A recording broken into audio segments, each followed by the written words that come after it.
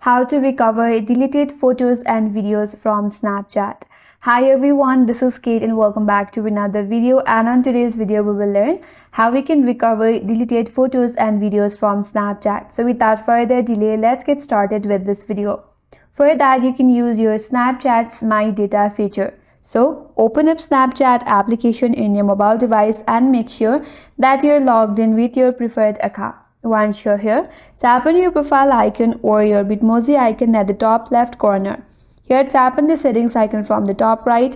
Now you have to scroll all the way down and find an option as My Data and then tap on it.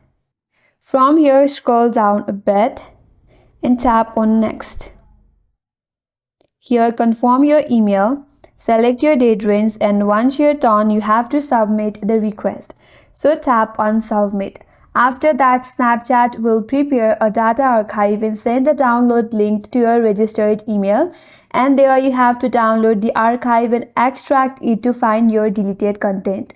And that's all for today's video. Hope this video was helpful, and if you're new to our channel, consider subscribing. Thank you for watching and stay tuned for more videos.